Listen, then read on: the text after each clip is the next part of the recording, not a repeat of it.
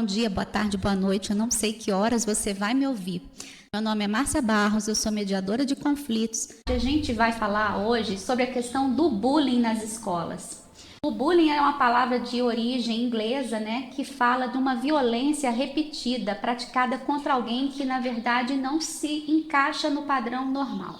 E aí eu deixo uma primeira reflexão para vocês.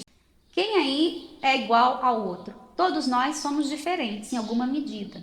É claro que a gente tem diferenças que são culturais, sociais, familiares, nem igual a nossos pais nós somos. Então, o primeiro passo para falar sobre bullying é também falar um pouquinho sobre a diversidade, sobre a diferença. Na verdade, eu queria falar para vocês o seguinte, dentro desse aspecto da diferença, e por que eu escolhi, né? Por que eu escolhi falar para as escolas, nas escolas? Vocês vão entender. Bom, ainda existe uma divergência muito grande das responsabilidades, do que é responsabilidade da escola e da família.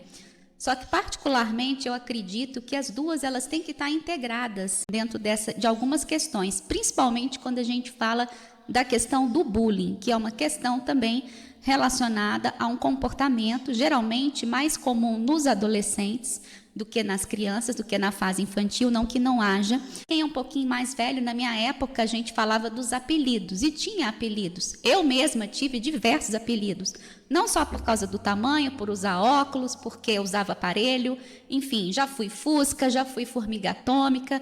Mas e como você lidou com isso? Bom, isso nunca me impactou e nunca me trouxe nenhum tipo de prejuízo para o meu aspecto psicológico, sempre, deixei passar. Mas acontece que tem pessoas que ficam ruminando ali na questão desses adjetivos. Então, falar para as escolas é importante para que a escola ela fique atenta com alguma coisa que hoje, inclusive, já é prevista como crime na nossa legislação. Recentemente, agora em 2014, foi sancionada a lei do bullying. Então, lógico, adolescentes, né, menores de 18 anos, eles têm os atos, cometem atos infracionais. Mas isso não deixa de ser tido também como um crime, até por conta da repercussão que isso pode causar na vida de quem sofre o bullying. Falando de diversidade, a gente tem que aprender que as escolas, na verdade, trabalhando em conjunto com a família, ela pode fazer esse papel de trazer conhecimento para essas crianças e esses adolescentes. A gente hoje fala da questão dos jogos cooperativos. A gente não está mais diante de um mundo que viva competição, a gente tem que vivenciar cooperação.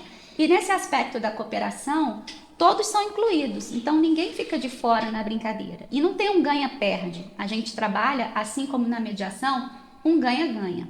Então, esse é um passo que as escolas precisam estimular para integrar essas diferenças. Então, como eu disse, as diferenças elas existem e a gente tem que aprender, sobretudo, a respeitar aquele que não é semelhante a nós. Então, isso passa por uma questão também do trabalho dos pais nessa orientação de promover o respeito às diferenças. Bom, com relação à questão da escola combater essa forma de violência, o bullying não deixa de ser uma forma de violência. Então, a escola ela pode integrar a família também, né, dentro da escola para transmitir esse conhecimento, estar atenta aos comportamentos desse aluno, porque provavelmente quem pratica um ato violento, a gente tem que toda violência ela é uma externalização de uma necessidade não atendida. Então, começa daí. Às vezes é algum problema em casa que esse adolescente está passando, essa criança está passando, e uma forma dela externalizar isso é combatendo uma violência. Então, na verdade, a gente tem que estar atento, ter um corpo educacional, isso vai desde os professores, a parte de orientação pedagógica também, a própria direção, a trabalhar e a entender e a ter formação dentro dessa área, porque eles têm que estar atentos a esse tipo de comportamento. E se de repente a criança está sofrendo algum tipo de violência, logicamente a família também tem que estar atenta, porque às vezes a criança ou adolescente, ele se retrai, ele muda o comportamento dele. E em tempos que nós vivemos hoje tão corridos, a gente não tem essa percepção, essa capacidade de olhar para os nossos filhos e poder perceber algum comportamento diferente. Por isso que eu sempre falo que família e escola são coisas que têm que caminhar juntas. Não pode haver delegação de papéis, não pode haver uma competição ali de quem ensina isso, quem não ensina. Então, a questão é, a gente está diante de, não de números, mas de seres humanos. Então, o ser humano por si só, ele é complexo. Então, a gente tem que ter um olhar ampliado para essas relações. Bom, Márcia, e como que os colegas, eles podem também contribuir dentro dessa questão do bullying?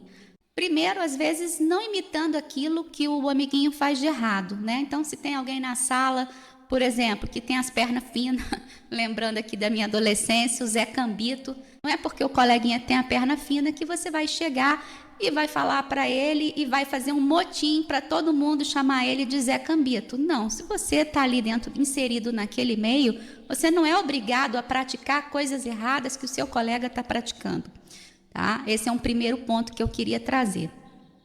Segundo ponto, a escola, ela precisa investir, em algumas escolas já perceberam isso, na questão da gestão das emoções. Então, o investimento em programas, em projetos, como a gente tem aí o do Dr. Augusto Cury, que é a Escola da Inteligência, ou o programa do Rossandro, que é o Educa, que são programas que trabalham a questão da gestão das emoções dentro do ambiente escolar. É óbvio que, assim, por uma questão até um impacto financeiro, muitas escolas não conseguem acompanhar e comprar um programa desses, mas isso não impede que seja trabalhado também naquele ambiente escolar questões como essa da gestão das emoções, sobre autoconhecimento, sobre empatia. Isso tudo vai colaborar para que haja um ambiente mais pacífico e menos violento. Hoje já basta a sociedade dividida que nós estamos vivenciando em termos políticos, e isso não é uma questão só do Brasil, isso é uma questão de aspecto mundial. É o lado A contra o lado B. Então, se você não é A, você é B e vice-versa. Então, hoje a gente já tem uma sociedade extremamente polarizada.